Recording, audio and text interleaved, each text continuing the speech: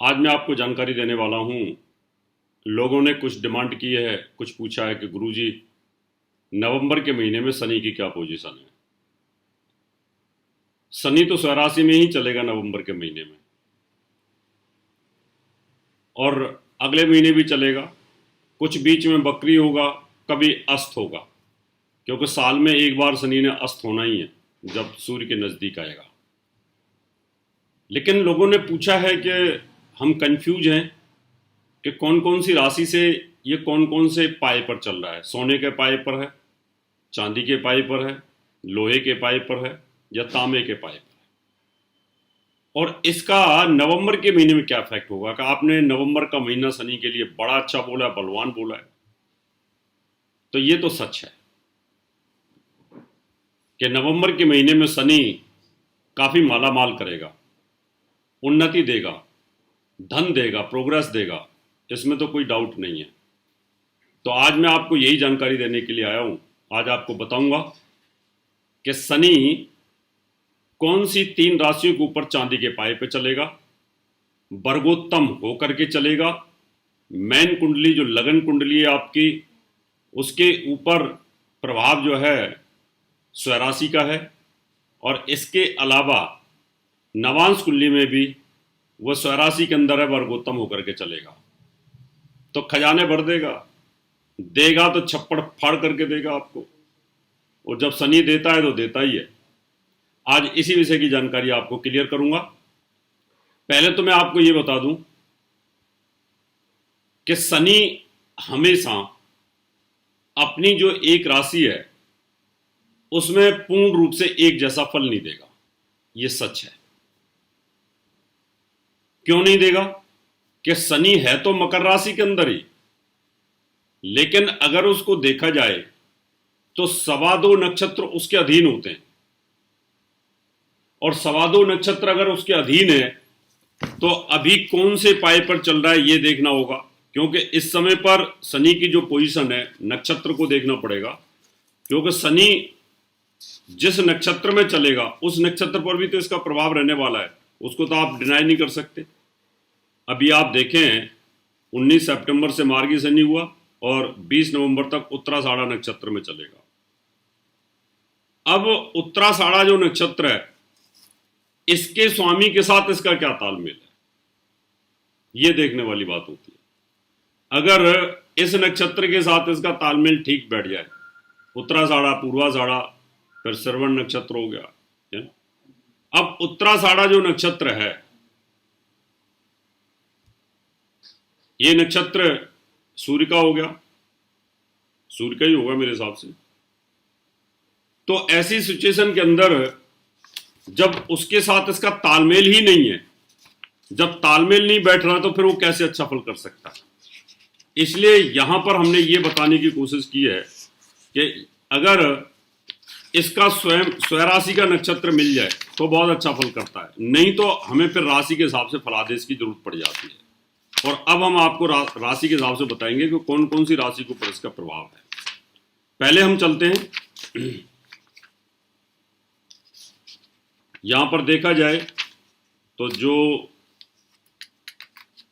1, 6, 11 number की जो राशि होती हैं, 1, 6, 11, इन पर शनि का जो मूवमेंट रहता है, उस समय पर वो मूवमेंट होता है इसका सोने के पाए के ऊपर मूवमेंट होता है, इसलिए वहां इसका अच्छा फल नहीं होता। और जब अच्छा फल नहीं होगा तो फिर उसको आप कह सकते हैं कि वो बहुत अच्छा फल दे ही नहीं पाएगा।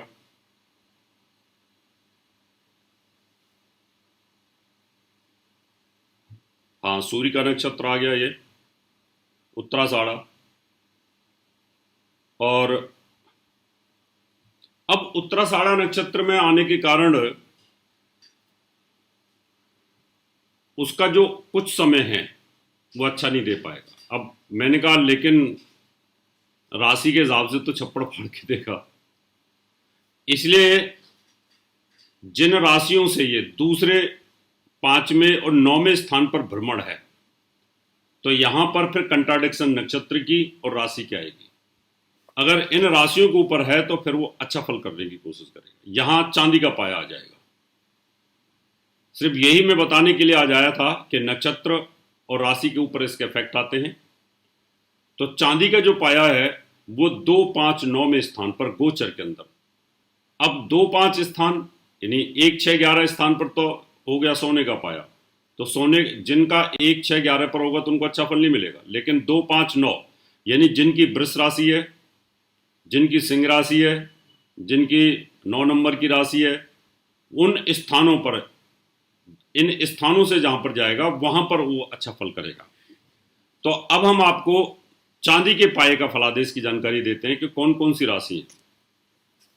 वृष राशि की अगर मैं बात करूं तो वहां से, वृष राशि से अगर गिना जाए तो शनि का मूवमेंट 9वें स्थान पर आता है और 2, 5, 9 तो वृष राशि वालों के लिए जो शनि का मूवमेंट है वो चांदी के पाए पर, तो वृष राशि वालों को खूब पैसा देगा, माला माल करेगा, अच्छा फल देगा।